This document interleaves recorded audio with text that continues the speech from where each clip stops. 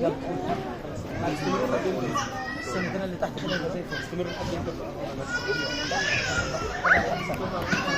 لا بص لا خلاص سؤال تعالى ماشي معلش اروح هناك عشان اخلص يا مرام سكتي العيال عشان اروح طب اخلص كده انا نازله مع ميه ميدان راحت قعدت في ميه يابا كده 3 كتير يا بابا والله لا 3 كتير هي على قطعه واحده وادي في مكان ايه؟ اه شوفوا يابا حط ايدي على ظهري محلول جفاف ممكن نروحها والبوس التالت دلوقتي لحد ما تروح دلوقتي اشتغلي معايا هي ما عندهاش غير السن ولا اي حاجه السنه بتاعتها ماشيه زي الفل خالص قول عندي 3 شهور ونص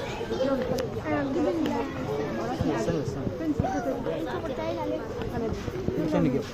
احنا عملنا رسم قلب ومخ روح لحد اعصاب علشان خاطر ممكن عملنا وما فيش اي حاجه رسم المخ ممكن ما يجيبش ورنين مغناطيسي يا مدام ممكن ما يجيبوش ايش النجاح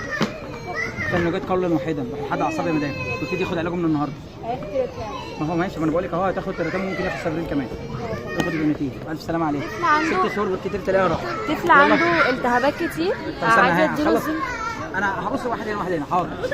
طفل عنده التهابات كتير هو عنده 9 شهور عادي اديله لسه زي ما انا قلت لبابا اللي كان هنا من شويه اديله الزنك قبل السنه عادي اديله الزنك قبل السنه عادي لا الزنك عادي 15 يوم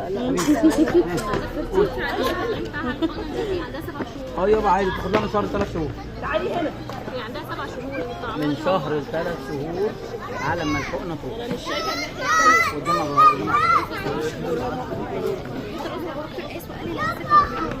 قدام ونص ده بتاع من 9 شهور لسنه ولو ابراز كبيره ولا اي حاجه من 6 شهور طب ليه كده بقى اكتر اعمل ولا ما اعملش؟ لو ابنك كويس والدكتور بيتابع كل شهر وبيزيد السنتي 3 سم يبقى انت امان خلاص يبقى انسى خلاص انا ده ولا اي حاجه زي ما بقول طالما ما عملتش وفتحت وبنتك ما دخلتش في التهاب ليه قوي يبقى احنا كده ما عندناش مشكله نعم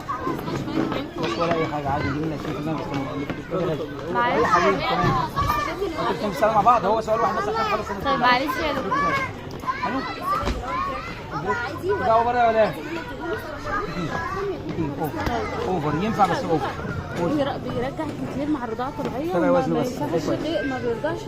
غير الصناعي كويس اللي هو البيبيلات لا يرضع ويرجع يرضع ويرجع كتير لك ليه ما تاكلش بيفضل يرفص يابا عادي ما يرفض دخل 4 شهور اكل ابن الشمال هو نام بيترعش ماشي عادي بس بلاش بلاش